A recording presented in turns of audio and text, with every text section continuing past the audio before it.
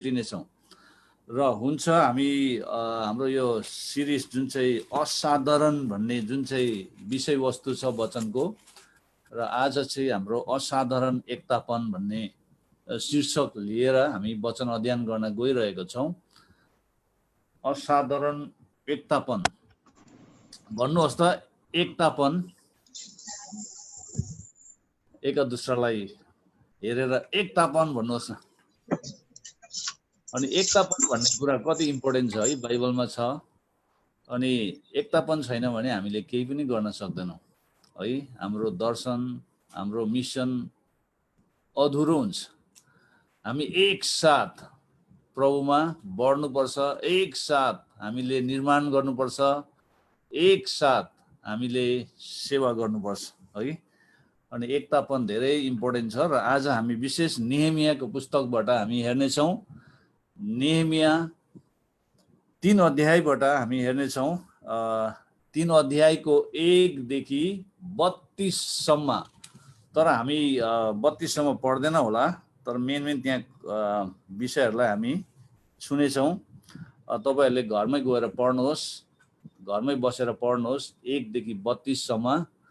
यहाँनिर विशेष गरी मर्मत गर्ने कामको बारेमा निर्माणकर्ताहरूको सूची पनि छ अनि उनीहरूले के काम गर्यो भन्ने कुराहरू अघि। अनि धेरै उत्साहपूर्ण खण्ड छ नेहेमियाको 3 अध्यायमा गएर हेऱ्यो भने धेरै उच्च पदमा भएको मानिसहरूले पनि परमेश्वरको निम्ति है पर्खाल बनाउने कुरामा, यरुशलेमको वरिपरि पर्खाल बनाउने क्रममा, निर्माण गर्ने क्रममा उनीहरूले हातेमाला गरेको, साथ दिएको है। अनि एउटा हातमा हतियार, अर्को हातमा काम गर्ने सामग्री लिएर उनीहरू काम गरेको अघि। अनि ब्याटल एन्ड बिल्ड भन्ने युद्ध र निर्माण भन्ने कुरालाई हामीले एकचोटि हामीले अध्ययन गरेको थियौँ है। त्यसरी नै अनि त्यहाँको अवस्था धेरै अप्ठ्यारो थियो। अनि उनीहरूले दुश्मनहरू आइहाल्यो भने हामी लडाइँ गर्नुको लागि तयार पनि छौँ भनेर उनीहरूले एउटा हातमा हतियार, अर्को हातमा चाहिँ काम गर्ने सामग्री लिएर उनीहरू त्यसरी यो के अरे पर्खाल बनाउने काममा लागि परे र 52 दिनभित्र पर्खाललाई निर्माण गरेको कुराहरू छ है। र नेहेमियाको निर्देशनमा, अगुवाईमा, नेतृत्वमा यो सबै कुरा हुन गएको छ। अनि परमेश्वरले मण्डलीलाई दर्शन दिनुहुन्छ, मण्डलीको अगुवालाई। अनि मण्डलीले अगुवाको दर्शनलाई साथ दिनु पर्यो है। अनि त्यो साथ दिनको लागि सबैजना एकतामा आउनुपर्छ। अनि एकतापनमा आइसकेपछि मात्रै काम सुरु हुन्छ। यदि मण्डलीको अगुवाहरूमा एकतापन छैन भनेदेखि, मण्डलीभित्र एकतापन छैन भनेदेखि मण्डलीको दर्शन, परमेश्वरले दिनुभएको दर्शनलाई पुरा गर्न सकिँदैन। र एकतापन धेरै इम्पोर्टेन्ट कुरा छ जीवनमा, परिवारमा, साथै सेवाकाईमा है, मण्डलीमा। र म यहाँ केही खण्डलाई पढ्नेछु। 3 को 1 मा भन्छ, प्रधान पुजारी एलियासिब र तिनका सङ्गी पुजारीहरूले काम सुरु गरेर भेडा ढोकाको पुनर्निर्माण गरे। अब यहाँनिर हामीले यो खण्डलाई पढ्यो भनेदेखि यो च्याप्टरमा 10 वटा ढोका निर्माण गरेको कुराहरू छ। त्यो पर्खाल बनाउँदाखेरि 10 वटा ढोकाहरू, 10 गेट्स त्यहाँ बनाएको छ। अनि त्यसको अर्थ छ, सिग्निफिकेन्स छ अघि। अनि त्यो अर्थलाई पनि हामी हेर्नेछौँ। हुन्छ, हामी प्रार्थना गरौँ। प्रभु, हामी तपाईँलाई धन्यवाद दिन्छौँ हाम्रो यो वचन अध्ययनमा तपाईँ हामीसँग हुनुहोस्। पवित्र आत्मा तपाईँ हाम्रो शिक्षक हुनुहुन्छ, हामीलाई सिकाउनुहोस्। वचनको गहिरो रहस्यको कुरालाई बुझ्नको लागि हामीलाई बुझ्ने क्षमता, ज्ञान बुद्धि दिनुहोस्। र यो समय हाम्रो ध्यान तपाईँको वचनमा केन्द्रित भएको होस् भनेर हामी प्रार्थना गर्दछौँ। हामी हरेक डिस्टर्बेन्सको कुराहरूलाई हामी परासार्छौँ र तपाईँ परमेश्वरको वचनमा हामी ध्यान केन्द्रित भएर आज तपाईको वचनले हामीलाई के भनिरहेको छ त्यो कुरालाई हामी सुन्नेछौँ येशू प्रभुको नाममा आमेन। र यहाँनिर सुरु चाहिँ कसले गर्यो भन्दाखेरि प्रधान पुजारी एलियासिब।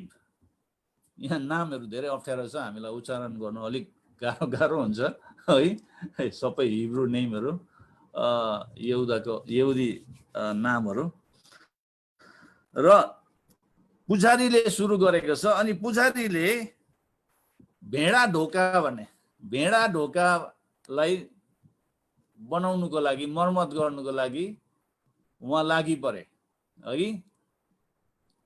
अनि यहाँनिर यो मर्मत गर्ने काममा कतिजना तिनीहरूको पछि एका दुस्राको पछि खडा भएको, कोही अगाडि खडा भएको, कोही छेउमा उभिएको है। अनि सबै मिलेर चाहिँ काँधमा काँध लगाएर चाहिँ यो पर्खाल बनाउने क्रममा उनीहरू लागि परेको कुराहरू छ। एकदमै युनिटी, त्यहाँनिर एकदमै एकतापन हामी देख्छौँ अघि। उनीहरूले तन मन धन लगाएर खटिरहेको कुराहरू।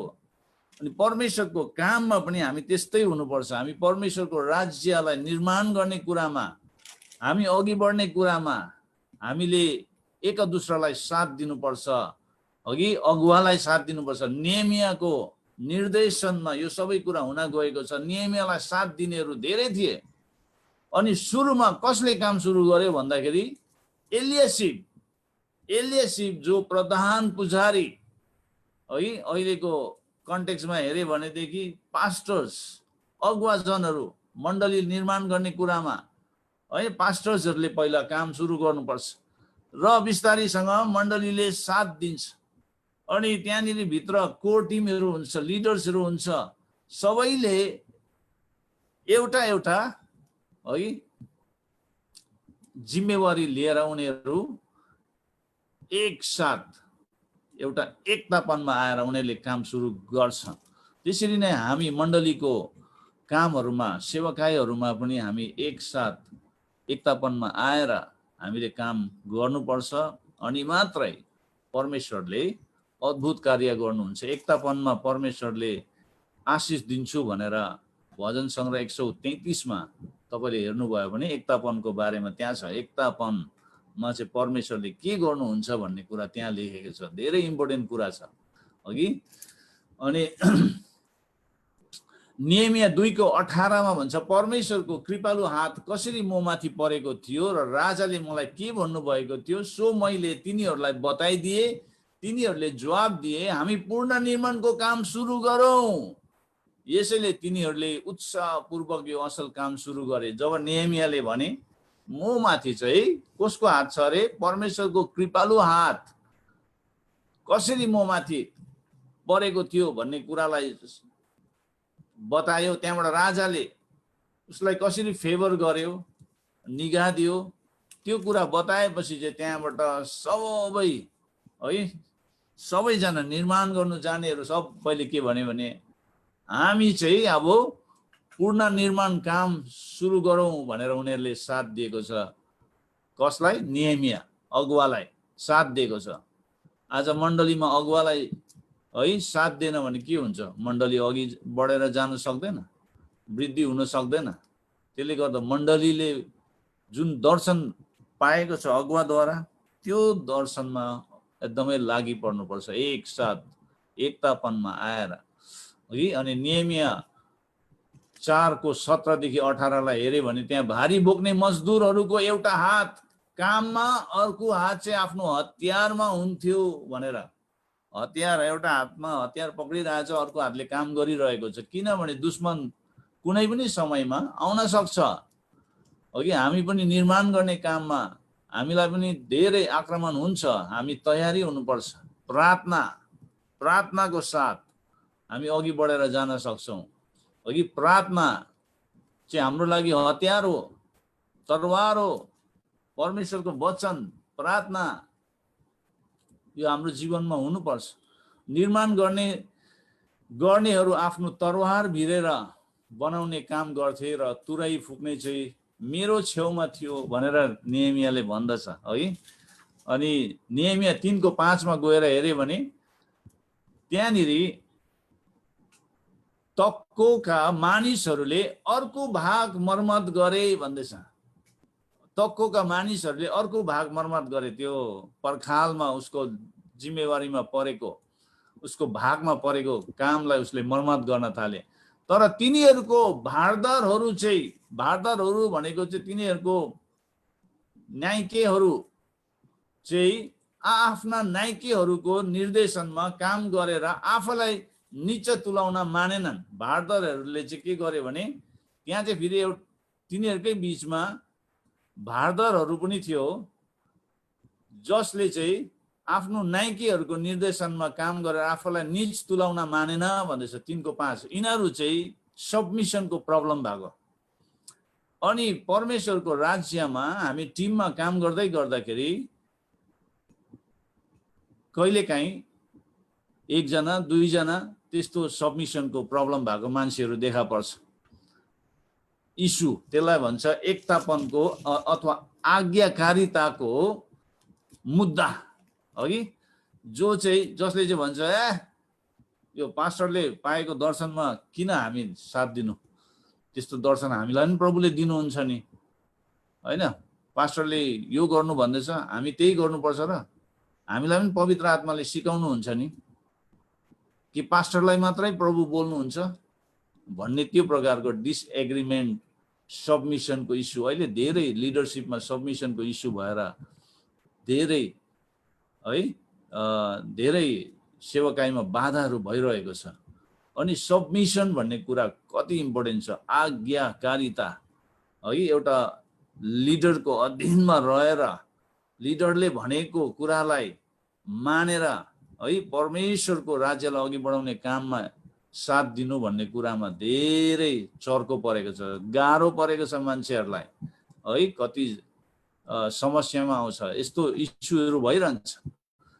त्यसैले परमेश्वरले जब हामी एकतापनमा आयो भनेदेखि चाहिँ परमेश्वरले हामीलाई प्रतिज्ञा गर्नुभएको छ कि उहाँले आशिष दिन्छु भनेर भजन सङ्ग्रह 133 मा। र वास्तविक मुद्दा चाहिँ तिनीहरूको चाहिँ के थियो भन्दा आज्ञाकारिता है। The real issue was submission. तिनीहरूले सोच्यो तिनीहरू यिनीहरू भन्दा हामी जान्दैछौँ भन्ने प्रकारको है। नेहेमियाले गरेको मात्रै ठिक हो र हामी पनि गर्न सक्छौँ नि भन्ने प्रकारको त्यस्तो। र पहिलो ढोकाको नाम चाहिँ के हो भन्दाखेरि भेडा ढोका। भेडा ढोकाले चाहिँ के बताउँछ, के देखाउँछ भन्दाखेरि परमेश्वरको थुमालाई प्रतिनिधित्व गराउँछ। हामीले उद्धार पाउनु हो भनेदेखि हामी येशूद्वारा भएर जानुपर्छ। येशू संसारको पाप उठाइ लैजाने थुमा भनेर यूहन्नाले त्यसरी परिचय गराएको छ है। अनि थुमा शिप गेट अथवा भेडा ढोकाले चाहिँ के भन्छ, परमेश्वरको थुमालाई प्रतिनिधित्व गराउँछ।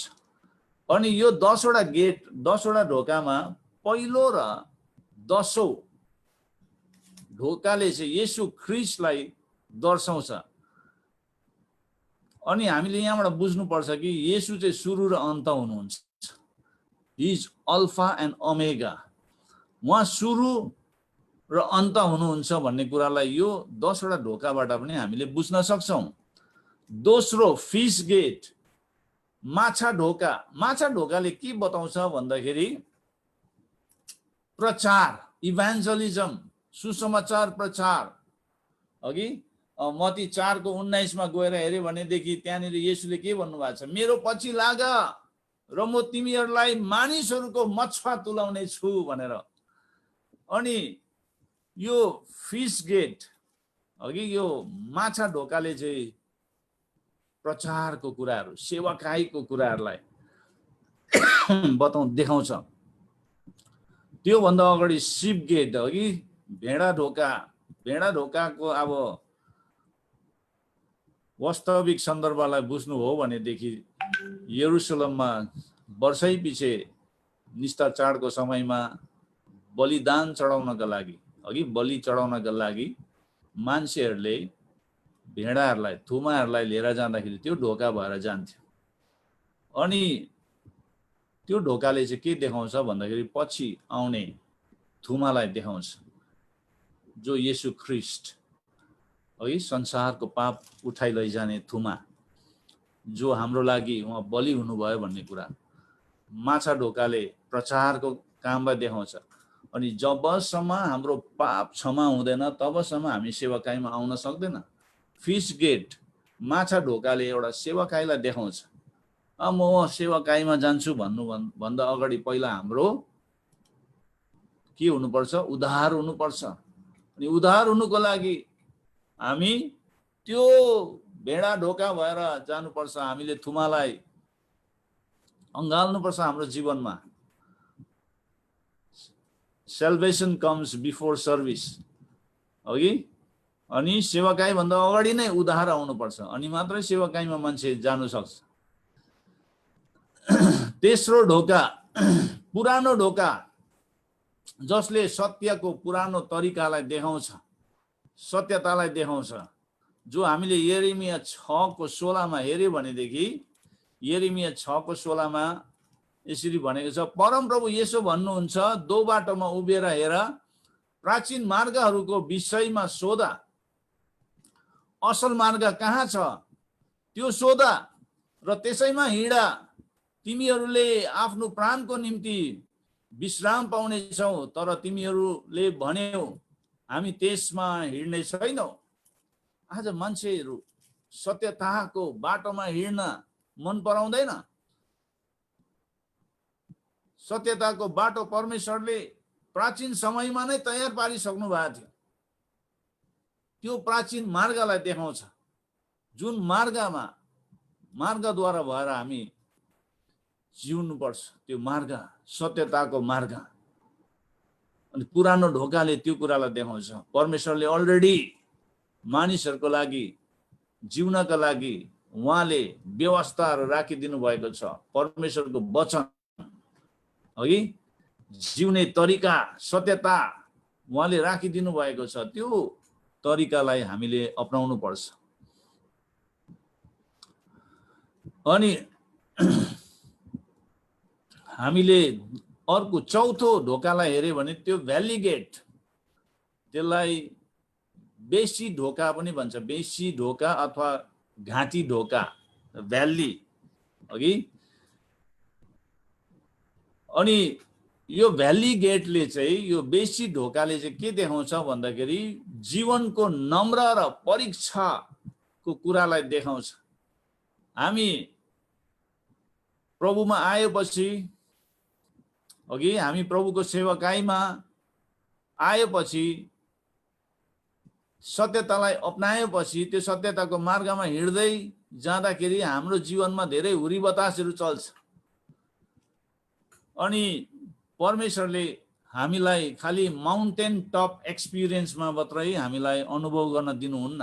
खालि त्यो हिमालको चुचुराको अनुभव भन्छ नि, हिमालमाथि पुग्दाखेरि मान्छेलाई एउटा एक्साइटमेन्ट, एउटा खुसी, आनन्द है, त्यो प्रकारको अनुभव महसुस हुन्छ भने भ्याली, जहाँ चाहिँ तल गहिराइमा चारैतिर पहाडले घेरेको है, अनि बीचमा चाहिँ त्यो भ्याली छ, त्यो बेसी ढोका भन्छ। अनि त्यसले चाहिँ आफूलाई असुरक्षित महसुस, एकदमै जीवनमा धेरै परीक्षाहरू आएको है, अनि जसले हामीलाई नम्रतामा लान्छ। अनि यो ढोका पनि भएर हामी जानुपर्छ। जीवनमा हामीले धेरै सङ्घर्षहरू गर्नुपर्छ, हाम्रो जीवनमा जाँचहरू आउँछ, परीक्षाहरू सामना गर्नुपर्छ है। अनि यो भ्याली एक्सपिरियन्स चाहिँ मान्छेहरूको जीवनमा आउँछ,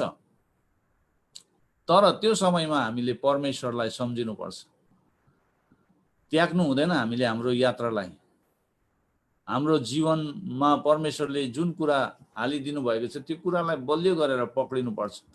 त्यो भ्याली एक्सपिरियन्स भन्ने कुराहरू हाम्रो जीवनमा लामो समयसम्म जाँदैन। त्यो ट्रायल्सको समयहरू, जाँचको समयहरू केही क्षणको लागि, याकुबको पुस्तकमा भनेको छ नि है, केही समयको लागि मात्रै हो। त्यो ट्रायल्स एन्ड ट्रिबुलेसन्स भन्ने कुराहरू।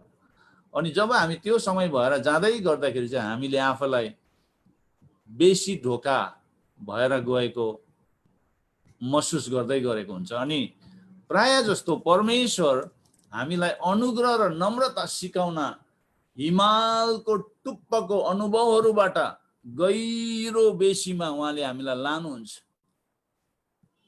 अनि यो भ्याली गेटले चाहिँ हामीलाई त्यो कुरा सिकाउँछ। अनि त्यहाँबाट पाँचौं ढोका चाहिँ 4 ढोका भन्छ, इङ्ग्लिसमा डङ गेट भनेको छ।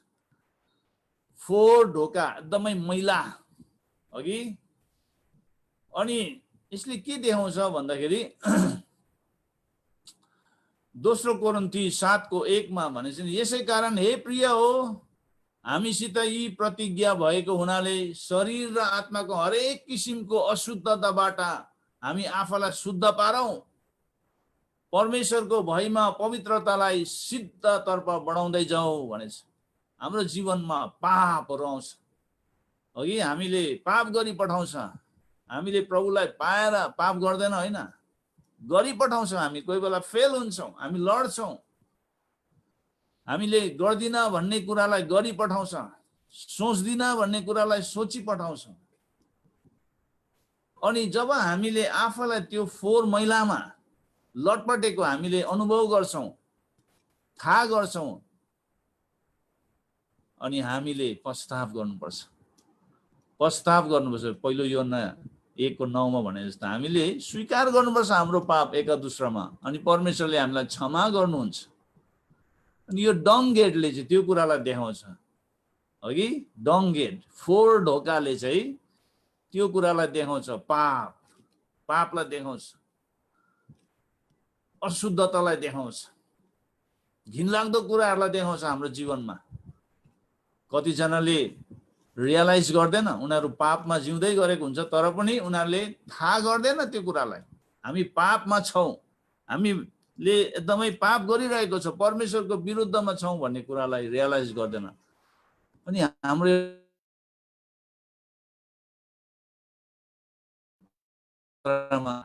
ढोकाहरू भएर हामी यात्रा गर्दै गरेको हुन्छ। अनि यो एउटा 4 ढोका हो जसले हाम्रो पापलाई देखाउँछ। हामीले गर्दै गरेको, लुकी गर्दै गरेको, अन्जानमा गर्दै गरेको, जानी गर्दै गरेको कुरालाई। अनि त्यो कुरालाई जब हामीले थाहा गर्छौँ, पवित्र आत्माले जब हामीलाई त्यो कुरा देखाउनुहुन्छ, हामी पश्चाताप गर्नुपर्छ। आमेन। 6औं ढोका नेहेमिया 3:15 मा छ। 5औं ढोका 3:14 मा छ। 4थो ढोका 3:13 मा छ। तेस्रो ढोका 3:6 मा छ। दोस्रो ढोका 3:3 मा छ, नेहेमिया 3:3 मा छ।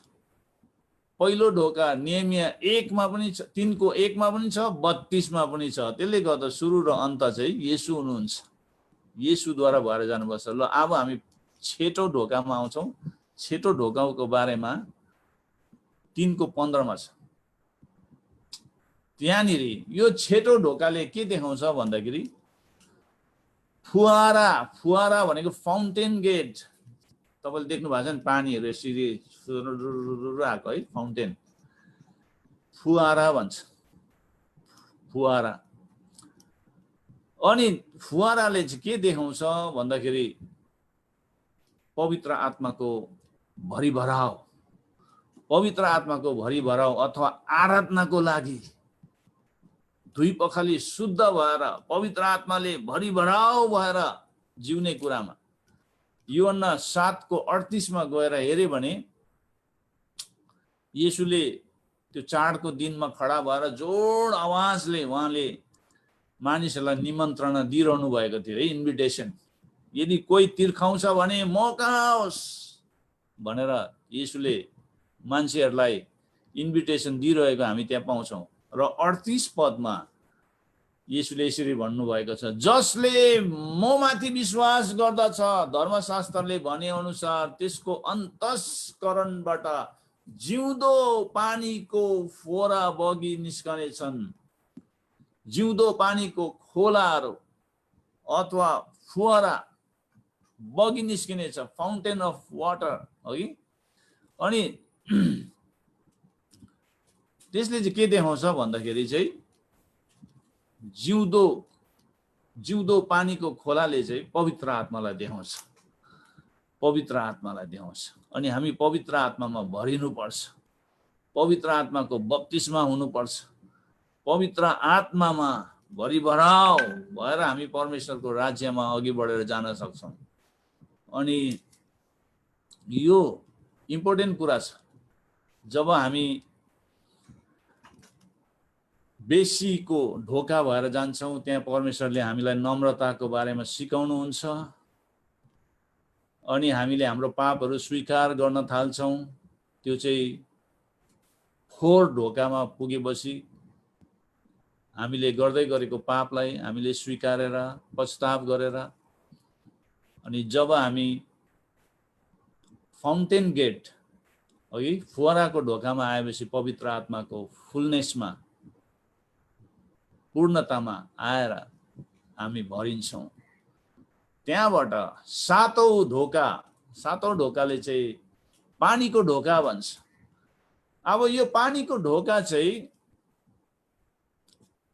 पवित्रताको लागि वचनको पानी, परमेश्वरको वचनलाई देखाउँछ यो वाटर गेटले चाहिँ, पानीको ढोकाले चाहिँ। अनि यो ढोकामा चाहिँ पछि गएर तपाईले हेर्नुभयो भने 6 अध्यायमा, नेहेमियाको 6 अध्यायमा गएर हेर्यो भनेदेखि यो पानीको ढोकामा चाहिँ एज्राले परमेश्वरको वचनलाई पढेको हामी त्यहाँ पाउँदछौँ। 6 अध्यायमा गएर हेरौँ न। 6 अध्याय, नेहेमिया 6 अध्यायमा गएर सुरुमा हेर्यो भने त्यहाँनिर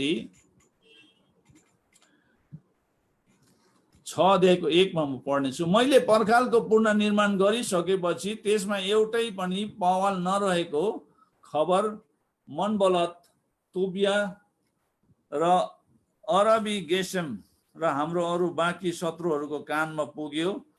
केवल मैले मूल ढोकाहरूका एकछिन है,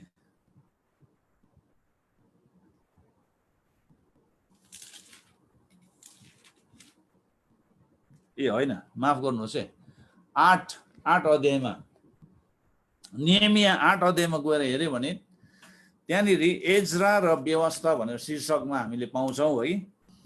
र 7औं महिना लाग्दा जब इजरायलीहरू आफ्ना सहरहरूमा स्थापित भएका थिए, तब सबै मानिसहरू पानीको ढोकाको सामु भनेछ। पानीको ढोकाले चाहिँ के बताउँछ भन्दाखेरि त्यो वचन परमेश्वरको वचनलाई देखाउँछ, पवित्रताको लागि वचन। अनि त्यो वचन चाहिँ एज्राले पानीको ढोकाको सामु खडा भएर इजरायलीहरूलाई परमेश्वरको वचन पढाको त्यहाँ हामी पाउँछौँ।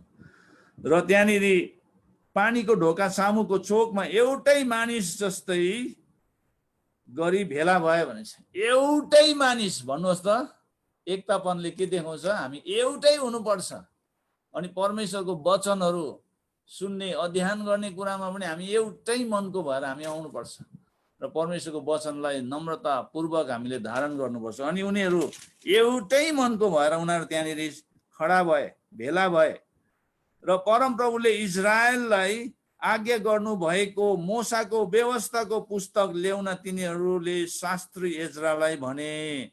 त्यहाँबाट गएर हामीले हेर्यो भने 6 पदमा गएर हेर्यो भने त्यहाँ एज्राले परमप्रभु महान परमेश्वरको प्रशंसा गरे भनेको छ। अनि सबै मानिसहरूले आफ्ना हात उठाएर यसो भनेर जवाब दिए, आमेन आमेन। त्यो चाहिँ एग्री गरेको। परमेश्वरको वचन पढ्दाखेरि हामी आमेन हालेलुया भन्छ नि है, एग्रिमेन्ट। र त्यसपछि तिनीहरूले आफ्ना शिर निहुराएर परमप्रभुको सामुन्ने नम्रता पूर्वक दण्डवत गरे भनेको छ।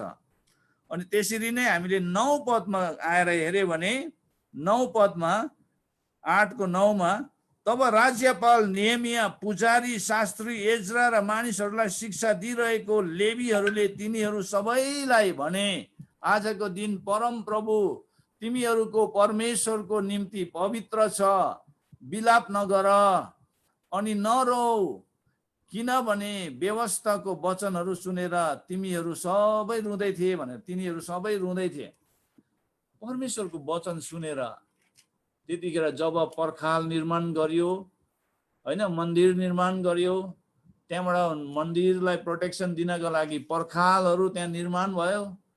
पर्खाल निर्माण भएपछि त्यहाँबाट सबैजना बसेर त्यो पानीको ढोकामा वाटर गेटमा खडा भएर एज्रा त्यहाँ धेरै लेवीहरू है, शास्त्रीहरू बसेर उनीहरूले परमेश्वरको वचनलाई पढिदिए, बुझाइदिए। अनि त्यो बुझ्दाखेरि उनीहरू त्यहाँनिर धेरैले के गर्यो, विलाप गर्यो, रुयो भनेको छ परमेश्वरको वचन सुनेर। बुझ्नु हुँदैछ? अनि त्यो पानीको ढोका नेरी आउँदाखेरि हामीलाई थाहा हुनुपर्छ परमेश्वरको वचन, हामीले कतिको परमेश्वरको वचनलाई हामीले अध्ययन गर्दैछौँ, सुन्दैछौँ। अघि यो वाटर गेट भन्ने कुरा धेरै इम्पोर्टेन्ट छ पवित्रताको लागि। वचनले हामीलाई दुई पखाली शुद्ध पार्दछ।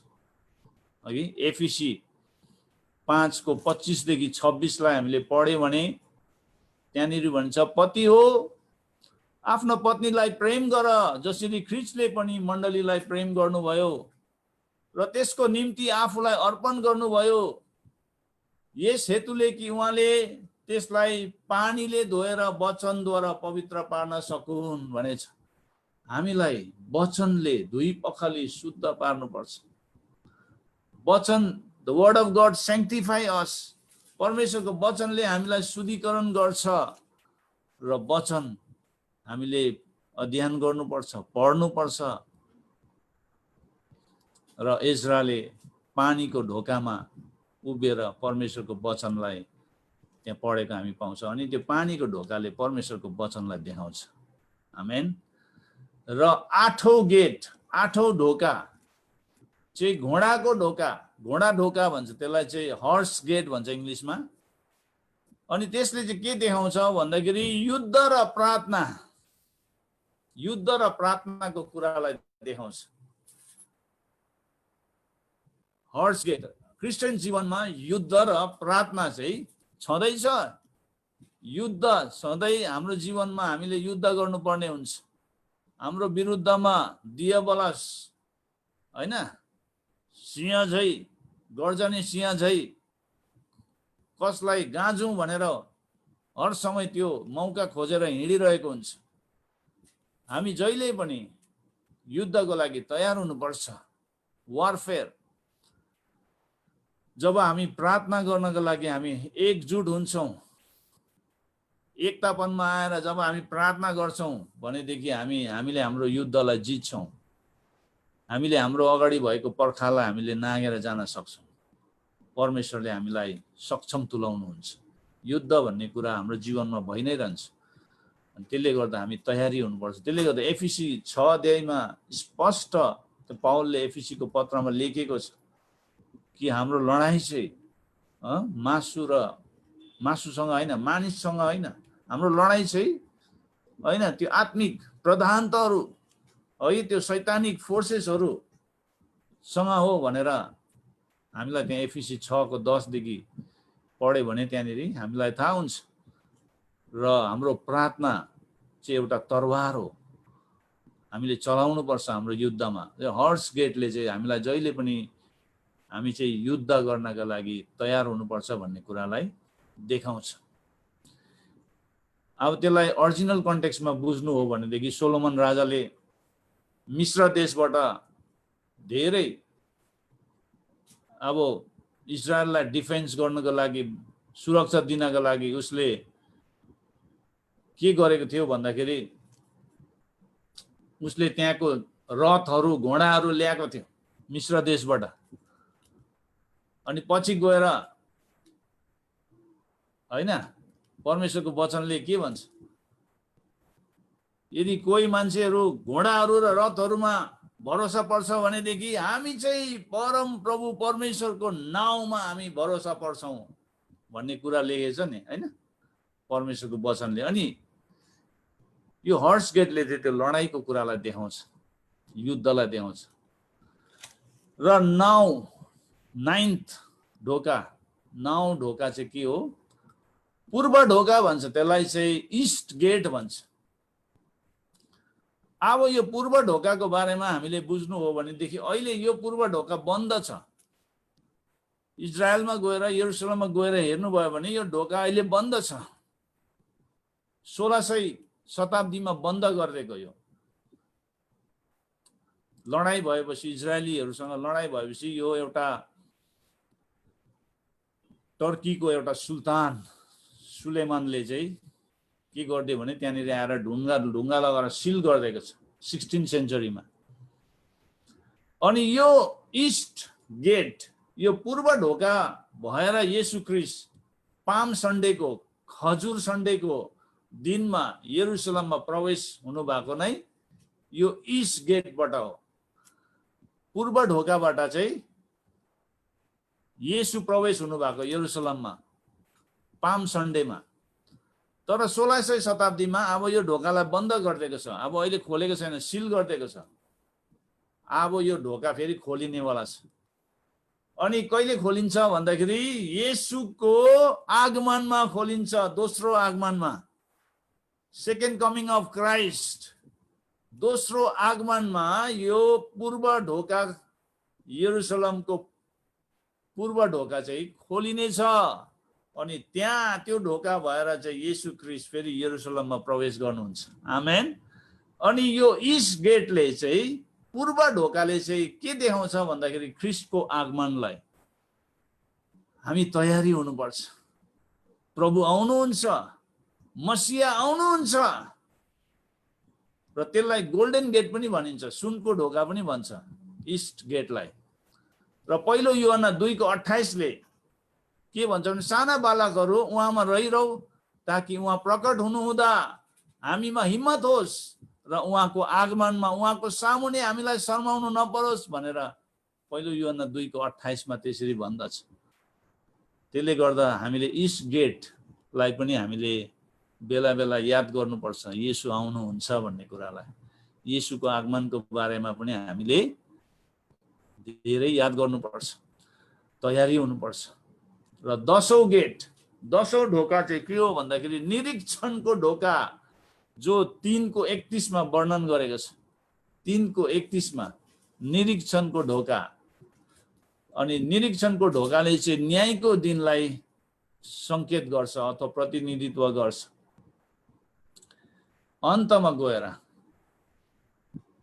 हामी अन्तिम समयमा चाहिँ त्यहाँबाट अन्तिम गेट, अन्तिम ढोका चाहिँ के हो भन्दाखेरि निरीक्षणको ढोका। एक दिन सबैको न्याय हुन्छ भन्ने कुरालाई हामीले बिर्सिनु हुँदैन। एक दिन हाम्रो न्याय हुन्छ। हामीले कस्तो प्रकारको जीवन जिउँदैछौँ, हाम्रो न्याय हुन्छ। एक दिन संसारलाई न्याय गर्नुहुन्छ। येशूको हातमा त्यो फलामको डन्डा हुनेछ। न्यायको कुरालाई देखाउनुहुन्छ। उहाँ न्यायाधीश एक दिन संसारमा न्याय गर्नु आउनुहुन्छ। र पहिलो कोरिन्थी 4:4-5 मा हामीले हेर्यो भने मेरो आफ्नै विरुद्धमा केही छ भन्ने मलाई थाहा छैन, तर त्यसले मलाई निर्दोष साबित गर्दैन। मेरो न्याय गर्ने त प्रभु नै हुनुहुन्छ। यसै कारण तोकेको समयभन्दा अघि न्याय नगर, प्रभु आउन्जेल पर्ख। उहाँले अँध्यारोमा लुकेको कुराहरूलाई प्रकाशमा ल्याउनु हुनेछ र मानिसको हृदयको अभिप्रायहरू प्रकट गरिदिनु हुनेछ। तब हरेक मानिसले परमेश्वरबाट आफ्नो प्रशंसा पाउनेछ। अनि इनाम पाउने कुराहरू पनि छ है। न्यायको दिनमा कतिजनाले इनाम पाउँछ, कतिजनाले इनाम पाउँदैन, कतिजना न्यायमा पर्छ। त्यसले गर्दा यो 10वटा ढोकाले हाम्रो जीवनको स्थिति परिस्थितिहरूलाई पनि देखाउँछ। साथै हामी त्यो ढोकाहरू भएर जानुपर्छ जीवनमा, है। अनि हामीलाई ढोकाहरू चाहिन्छ र अन्तिम क्षणमा हामी पुगेको छौँ। र हामीले याद गर्नुपर्छ, हामीले ढोकाहरूलाई इन्कार गर्नु हुँदैन। हामी हरेक ढोकाहरू भएर हामी जानुपर्छ। 10वटा ढोका भएर हामी जानुपर्छ। र हरेक ढोकाहरू हामीलाई चाहिन्छ। हरेक ढोकाहरूले हाम्रो जीवनलाई निर्माण गर्दै लान्छ। अघि हाम्रो क्रिस्चियन जीवनमा, हाम्रो यात्रामा यो ढोकाहरूले हामीलाई धेरै असल कुराहरूलाई स्मरण गराउँछ। र दोस्रो कुरा हामीलाई चाहिने पर्खाल पनि हामीलाई चाहिन्छ। यदि हाम्रो घर छ, अघि हाम्रो भवन छ, तर पर्खाल छैन भने के हुन्छ? हामीले आफैलाई असुरक्षित महसुस गर्छौं। पर्खाल छैन भने हामीले आफैलाई असुरक्षित महसुस गर्छौं। एक दिन इजरायल कस्तो हुनेछ भन्दाखेरि यरुसलेम एक दिन पर्खाल बिनाको गाउँ हुनेछ भनेर इजिकेल 38:11 मा तपाईले गएर हेर्नुभयो भने त्यहाँ पाउँछौं। इजरायल चाहिँ एक दिन पर्खाल बिनाको देश देखिनेछ भन्नुको मतलब पर्खालले सेक्युरिटीलाई देखाउँछ अनि सिमानाबाट त्यो पर्खालहरू पनि हटाउँछ अनि सेक्युरिटी गार्डहरू जम्मै त्यो जति पनि सेनाहरू छ, सैनिकहरू त्यो सबै हटाउँछ। अनि त्यतिखेर इजरायल चाहिँ पर्खाल बिनाको देश। अनि जब पर्खाल हटाएपछि चाहिँ के हुन्छ भने आफूले आफूलाई असुरक्षित महसुस गर्छ।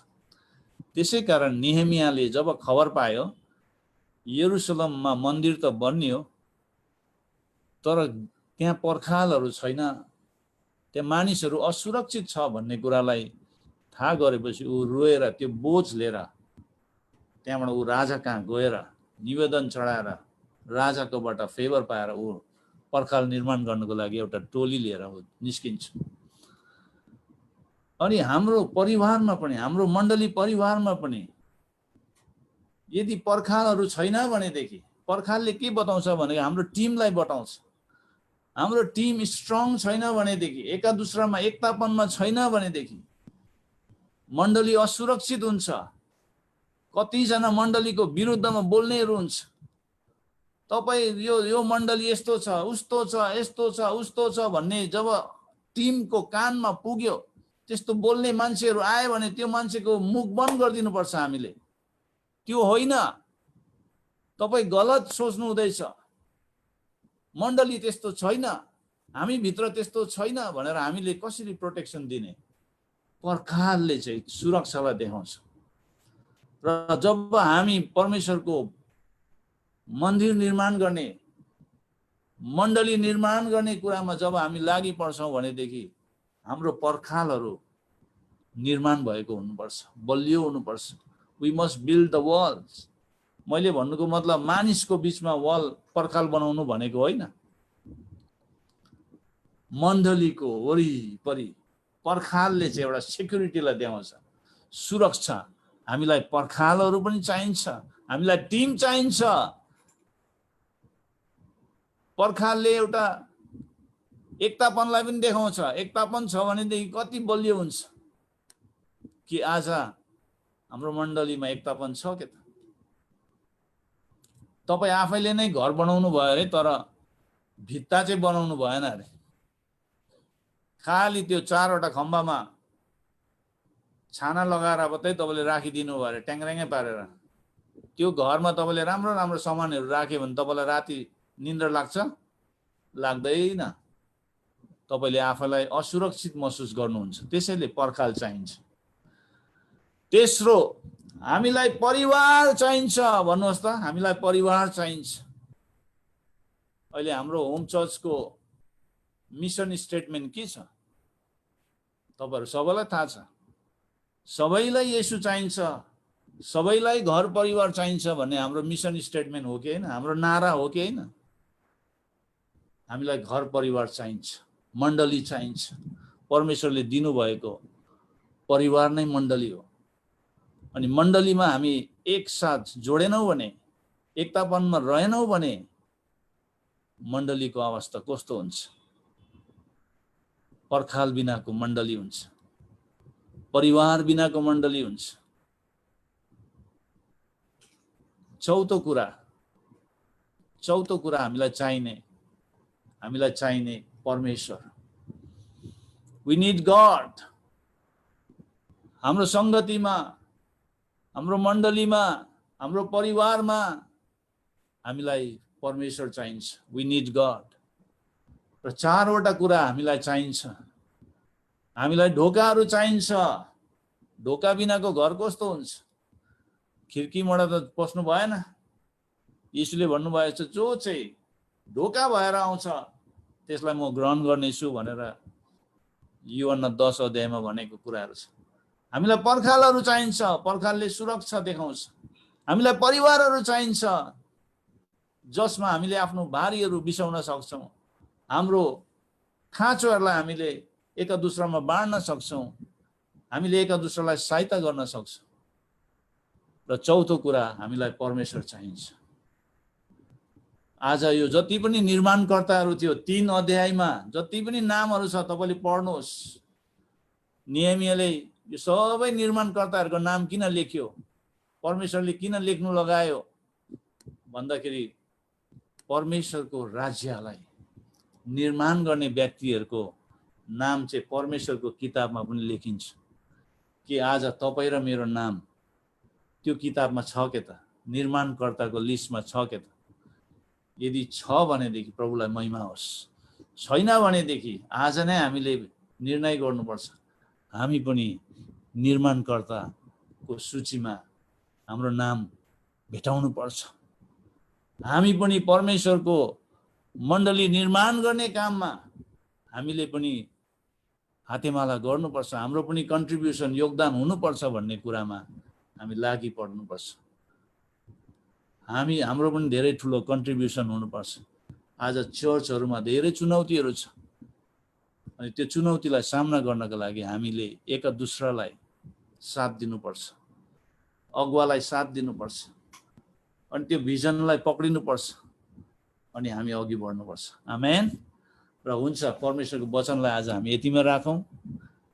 अनि एकतापन भन्ने कुरा एक्स्ट्रा अर्डिनरी, असाधारण एकतापनमा जब हामी फर्केर आउँछौँ भनेदेखि हामीले परमेश्वरको कुनै पनि कामलाई हामीले पुरा गर्न सक्छौँ। हामीमा असम्भव भन्ने कुरा देखिँदैन, असम्भव भन्ने कुरै रहँदैन, सबै कुरा सम्भव छ है। मत्ती 9 मा भनेको छ नि, विश्वास गर्नेहरूप्रति सबै कुरा सम्भव छ। जब हामी एकतापनमा आउँछौँ भनेदेखि सबै कुरा सम्भव छ।